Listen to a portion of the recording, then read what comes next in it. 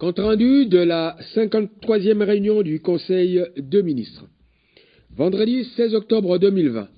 C'est en ce jour que s'est tenue la 53e réunion du Conseil des ministres par visioconférence sous la présidence de Son Excellence M. Félix-Antoine Tshisekedi Tshilombo, président de la République, chef de l'État. L'ordre du jour est relatif comportait les points suivants. 1. Communication de Son Excellence M. le Président de la République, chef de l'État. 2. Points d'information. 3. Approbation d'un relevé des décisions du Conseil des ministres. 4. Examen et adoption des dossiers. 5. Examen et adoption des textes. De la communication de Son Excellence Monsieur le Président de la République. 1. Prestation des serments de nouveaux juges de la Cour constitutionnelle. Le Président de la République a annoncé au Conseil des ministres que les nouveaux juges qui ont été récemment nommés à la Cour constitutionnelle prêteront dans les jours qui viennent leur serment conformément à l'article 10 de la loi numéro 13/026 du 15 octobre 2013 portant organisation et fonctionnement de la Cour constitutionnelle. À cet effet, le Conseil des ministres a chargé le Premier ministre de prendre, ainsi que le ministre en charge des relations avec le Parlement, toutes les dispositions pour que le protocole d'État organise correctement la cérémonie de cette prestation des serments qui doit intervenir dans les jours prochains. 2. Ratification de l'accord sur la ZLECAf. Le chef de l'État a relevé à l'attention du Conseil des ministres que depuis la signature de l'accord portant création de la ZLECAf, à savoir Zone de libre-échange continentale africaine, dont l'importance pour le développement et l'intégration régionale n'est plus à démontrer, notre pays n'a toujours pas ratifié le dit accord. Ainsi, étant donné que le projet de loi de ratification a déjà été transmis au Parlement par le gouvernement, le ministre en charge des relations avec le Parlement a été responsabilisé pour le suivi de ce dossier afin qu'il soit examiné et adopté au cours de la présente session parlementaire. 3. Préparatifs de 9e Jeux de la francophonie attribués à la République démocratique du Congo. Dans la perspective de l'organisation des 9e Jeux de la francophonie en 2022 par la République démocratique du Congo, il est ressorti à l'issue de la réunion que le président de la République a présidé le jeudi 15 octobre 2020 et à laquelle ont pris part le Premier ministre et les ministres sectoriels impliqués, la nécessité d'accélérer les préparatifs d'organisation des 10 Jeux, et ce, pour permettre à notre pays d'être en règle par rapport aux engagements pris pour abriter ces Jeux. À cet effet, le ministre des Finances a été chargé d'ordonnancer les dépenses relatives pour permettre au Comité national de ces Jeux d'entrer en possession de ses moyens d'action. Enfin, pour permettre à l'ensemble du gouvernement et au président de la République de suivre l'évolution des préparatifs de ces Jeux, il a été décidé que le ministre d'État en charge de la coopération internationale et président du Comité national des Jeux présente à dater de ce jour, à titre d'information et à chaque réunion du Conseil des ministres, un rapport sur l'état d'avancement de ces préparatifs. 4. Construction du terminal frontalier à Goma dans le cadre du projet de facilitation du commerce dans les Grands Lacs.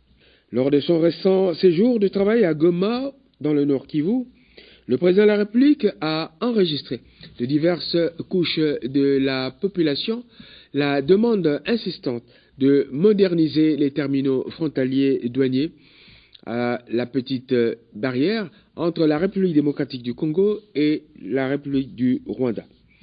À cet effet, il a été noté que la Banque mondiale a déjà totalement financé la construction d'un tel terminal frontalier au titre du projet de facilitation du commerce dans les Grands Lacs qui a fait l'objet de l'accord conclu le 27 octobre 2015. L'objectif de ce projet est de faciliter le commerce frontalier en vue d'augmenter la capacité de commerce tout en diminuant les coûts rencontrés par les petits commerçants et les femmes à des endroits bien identifiés et partant arriver à la réduction de la pauvreté. Dans ce cadre, le Rwanda, qui a déjà bénéficié de ce financement, a construit un poste frontalier moderne, tandis que du côté congolais, les travaux seraient suspendus au paiement des indemnisations des populations riveraines pour expropriation de leurs propriétés concernées par les travaux, et cela à hauteur d'un budget estimé à 7,4 millions de dollars américains. Pour ce faire, le chef de l'État a chargé le Premier ministre de réunir sans délai tous les ministres membres du comité de pilotage pour lancer le processus de la dite indemnisation en vue de permettre le début des travaux de modernisation de ce poste frontalier avant la fin de cette année. 5. Accompagnement financier de l'ANSER et de l'ARE. À ce sujet, le chef de l'État a fait le constat selon lequel, plusieurs semaines après la nomination des membres du conseil d'administration et de la direction générale des établissements publics ANSER et ARE, leurs structures ont du mal à commencer leur travail, faute des moyens financiers suffisants mis à leur disposition. La situation de la Covid-19 est venue, bien entendu, compliquer davantage la mobilisation des moyens pour faire face à ce dossier. C'est pourquoi, tout en respectant strictement les mesures prises à ce jour pour renforcer notre réponse à la Covid-19, le président de la République a chargé le Premier ministre, le vice-premier ministre en charge du budget et le ministre des Finances de trouver les ressources financières à allouer à ces deux établissements qui doivent être opérationnels et jouer leur rôle pour remettre de l'ordre dans le domaine de leur activité. 6. Accompagnement du chef de l'État dans la mutation vers l'économie numérique. Considérant l'intérêt que revêt la mutation du pays vers une économie numérique, le président de la République a informé les membres du Conseil des ministres de sa volonté de se doter dans les prochains jours d'une structure appropriée dénommée Coordination présidentielle du digital qui, en collaboration avec le gouvernement et les autres institutions de la République, va préparer et définir la stratégie du président de la République en matière de gestion de l'information et de développement du marché du numérique et d'en identifier les axes prioritaires. Point d'information. Vice-premier ministre, ministre de l'Intérieur, Sécurité et Affaires coutumières. 1. État et administration du territoire. Le vice-premier ministre, ministre de l'Intérieur, a donné les indications suivantes en rapport avec les activités de son secteur. Premièrement, l'état d'esprit de la population. Il est dominé par divers commentaires et réactions, notamment autour des sujets suivants. 1. Point de presse du chef de l'État à Goma le 8 octobre 2020 à l'occasion de sa visite de travail. 2. L'effectivité de la rentrée scolaire édition 2020-2021.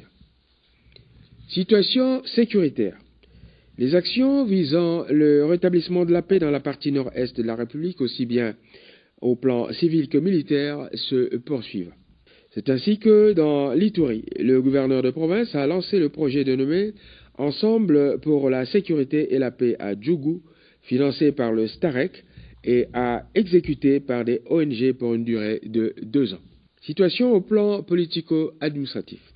La conférence de Kananga, dans la province de Kasaï centrale, portant sur la paix et la réconciliation entre les communautés Lulua du Kasaï central et Kuba du Kasaï, s'est déroulée du 9 au 11 octobre 2020. Le principal enseignement à tirer est le fait que les experts géographes et autres topographes, commis pour départager les limites frontalières, notamment la localisation de la gare querellée de Bakwangkenge, ont conclu que celle-ci est située dans le territoire de Mweka. Un protocole d'accord a été signé par les parties au litige sous la garantie du pouvoir central, représenté par le vice-ministre à l'Intérieur. Criminalité et banditisme. Les opérations de patrouille mixte police-FARDC se poursuivent dans le pays, partout où les criminels agissent. C'est ainsi que des opérations coup de poing, à l'instar des bouclages de certaines artères, à certains moments de la journée ou de la nuit, sont menées. Une bande de criminels a du reste été récemment appréhendée à Kinshasa. Ces bandits ont été mis à la disposition de la justice. Situation aux frontières. Il a été observé l'expulsion du Burundi par le poste frontalier de Kavimvira en territoire d'Uvira dans le sud Kivu, des Congolais y déclarés en situation irrégulière. Parmi eux, on a noté 147 étudiants. La Direction générale des migrations a pris les dispositions habituelles d'accueil et entrepris les formalités d'identification des concernés. Situation au plan social. Cette situation est dominée par la rentrée scolaire 2020-2021 qui s'est effectuée le 12 octobre dernier. Il a été noté une certaine timidité due au boycott initié par certains enseignants de certaines écoles conventionnées pour cause d'impaiement de certains de leurs non payés et nouvelles unités et de la non-suppression des zones salariales. Il a été constaté la non-observance des gestes barrières contre la Covid-19 dans bon nombre d'établissements scolaires. Il est recommandé une intensification de la sensibilisation à la Covid-19 dans les milieux scolaires. Des graves accidents de train et de véhicules se sont produits dans le territoire de Nyunzu, dans le Tanganyika, et de Kabeyakamwanga, dans le Kasaï oriental, dus à l'incivilité des passagers et à une panne technique. Ministre de la Défense nationale et ancien combattant. Le ministre de la Défense nationale a fait observer que, globalement, la situation sécuritaire semble calme, à l'exception de quelques entités de la partie est du pays qui connaissent la résurgence de l'activisme de groupes armés et des forces négatives. À ce sujet, le ministre a fait observer, sans que cela ne relève du triomphalisme, qu'au total, 120 des 145 territoires de la République peuvent être considérés comme étant en paix. Il y a lieu de signaler que parmi les 25 autres territoires, aucun chef-lieu ne fait l'objet d'attaques particulières, les milices s'adonnant très souvent au pillage, attaques, embuscades et kidnapping dans les zones rurales ou sur des artères. Les traques menées régulièrement par la FRDC ont affaibli les milices, ce qui conduit à des redditions et au changement des stratégies de celles-ci qui commencent à mener des combats asymétriques. La caravane de paix conduite par le ministre de la Défense se poursuit. La réunion des responsables militaires de la CIRGL s'est tenue récemment. Il y a été notamment observé le dépôt de la candidature de la République démocratique du Congo à la présidence, devant succéder à la République du Congo, la mutualisation des moyens militaires et diplomatiques, etc., etc. Ministre d'État, ministre de la Coopération internationale et intégration régionale. État des lieux sur l'organisation des 9e Jeux de la francophonie de Kinshasa. Monsieur le ministre d'État a commenté à ce sujet la note technique des services de la primature irrélative, et ce, en sa qualité de président du comité de pilotage. Pour rappel, le 2 juillet 2019, il a été attribué à la République démocratique du Congo par l'OIF l'organisation des 9e Jeux de la francophonie à Kinshasa en 2022. À ce sujet, le ministre d'État a exposé le calendrier des tâches et missions à accomplir jusqu'à l'organisation des Jeux ainsi que des moyens à disponibiliser et des préalables à réaliser. Il en résulte le besoin de réalisation urgente de certaines infrastructures en vue de permettre l'opérationnalisation des structures appelées à soutenir le processus et à accueillir les délégations de l'OIF attendues dans les jours à venir. Après débat et délibération, le Conseil des ministres a confirmé la décision d'organiser les Jeux aux échéances prévues.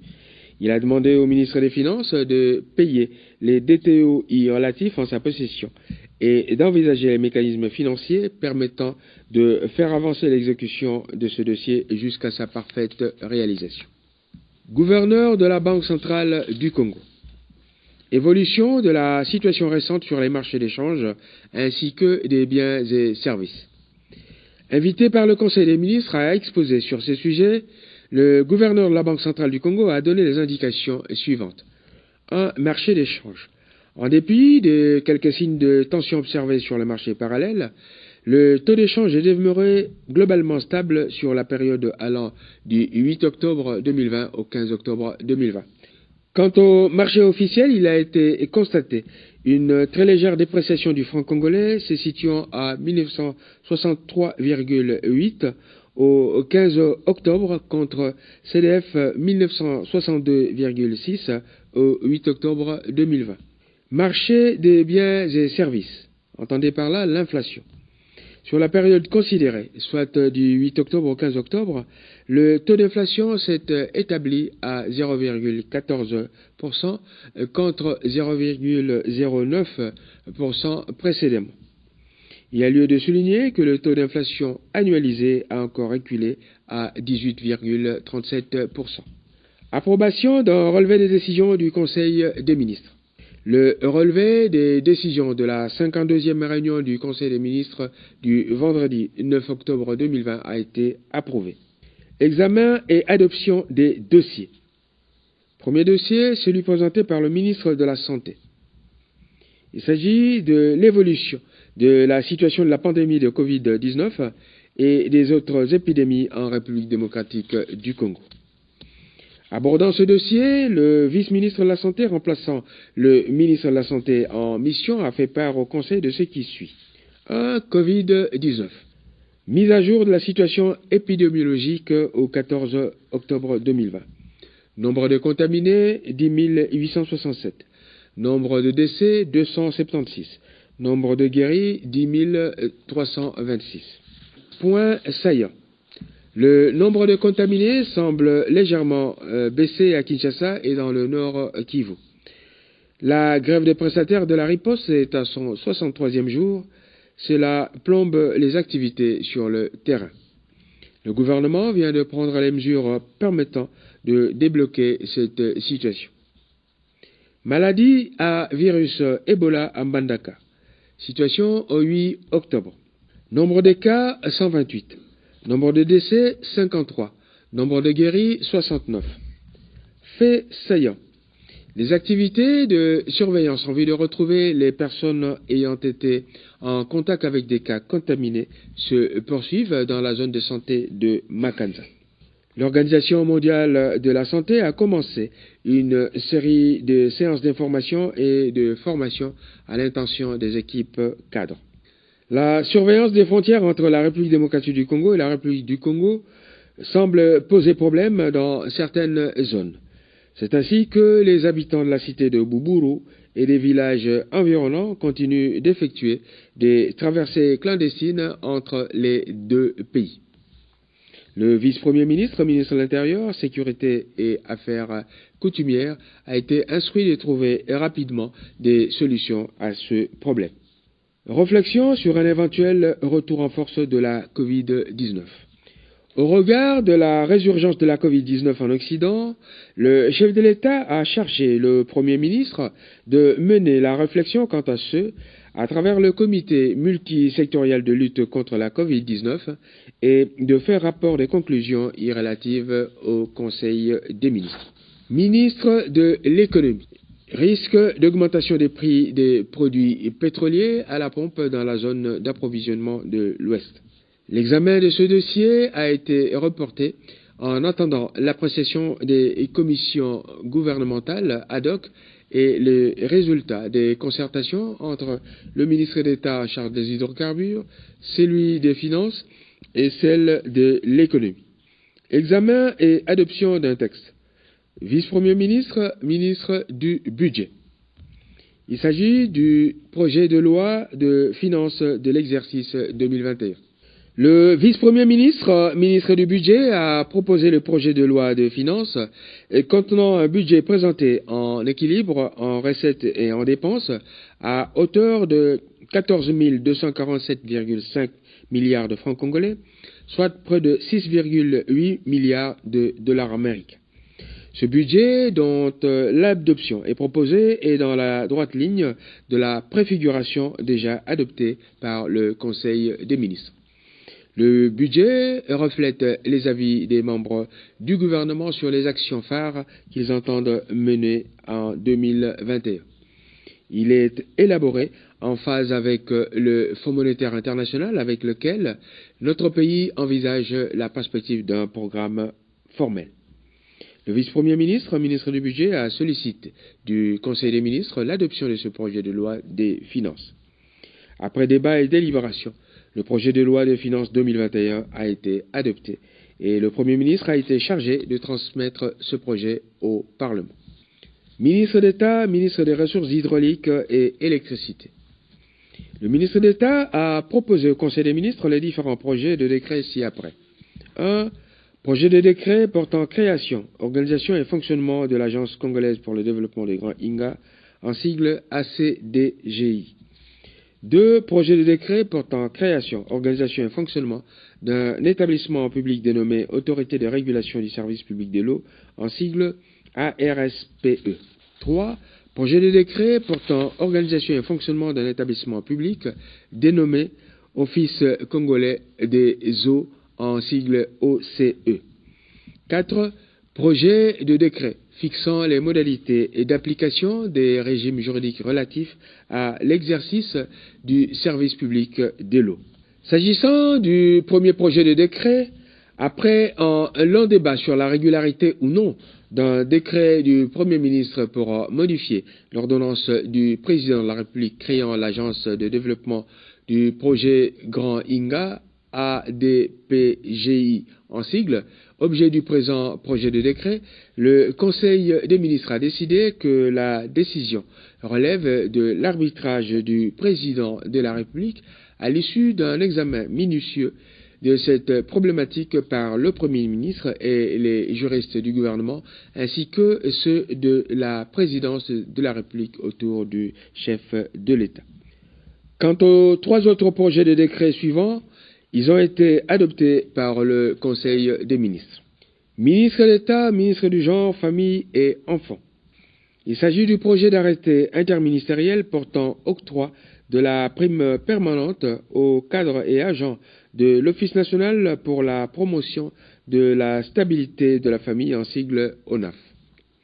Après avoir exposé la nécessité des primes sollicitées, Madame le ministre d'État a sollicité l'adoption de ce projet d'arrêté.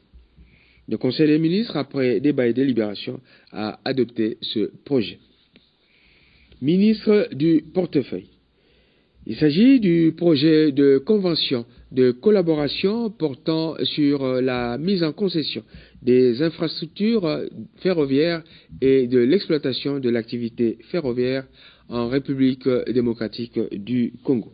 Le projet a été analysé par une commission technique placée sous la présidence du secrétaire exécutif du COPIREP et composée d'experts de la présidence de la République, du ministère de portefeuille, du Conseil supérieur du portefeuille et du COPIREP. La commission a préparé le projet de contrat à présenter en même temps que son rapport d'analyse du dit projet. Celui-ci a aussi fait l'objet d'un examen par les représentants des entreprises publiques ferroviaires concernées, à savoir la SCFUF-SA, la SCPT-SA, la SNCC-SA, ainsi qu'avec le représentant du partenaire CRD-AG.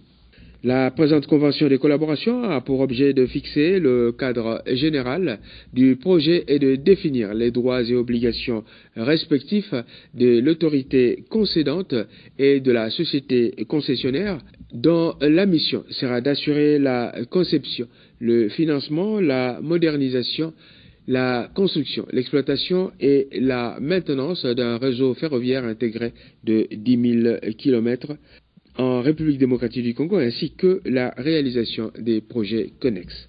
Après débat et délibération, ce projet de convention a été adopté sous réserve du respect par le concessionnaire des conditions suspensives contraignantes y introduites, notamment en termes de délai, et qui sont considérés comme prérequis avant l'entrée en vigueur de la dite convention. Ministre de la fonction publique. Il s'agit du projet d'ordonnance portant nomination des agents de carrière des services publics de l'État aux grades et fonctions de médecin général, médecin chef de clinique et médecin résident du ministère de la Santé. Ce projet d'ordonnance, qui est issu des concertations à travers une commission ad hoc composée des représentants du ministère de la fonction publique, de la santé et des syndicats des médecins, concerne la promotion de 1672 médecins, dont 597 médecins généraux, 231 médecins chefs de clinique et 844 médecins résidents. Les équivalences irrélatives dans la fonction publique sont les suivantes. Pour le médecin général, l'équivalent, c'est le secrétaire général. Pour le médecin chef de clinique, l'équivalent, c'est le directeur général. Le médecin résident, l'équivalent, c'est le directeur. Après débat et délibération, ce projet d'ordonnance a été adopté. Commencé à 14h25, la réunion du Conseil des ministres s'est terminée à 21h37. Je vous remercie.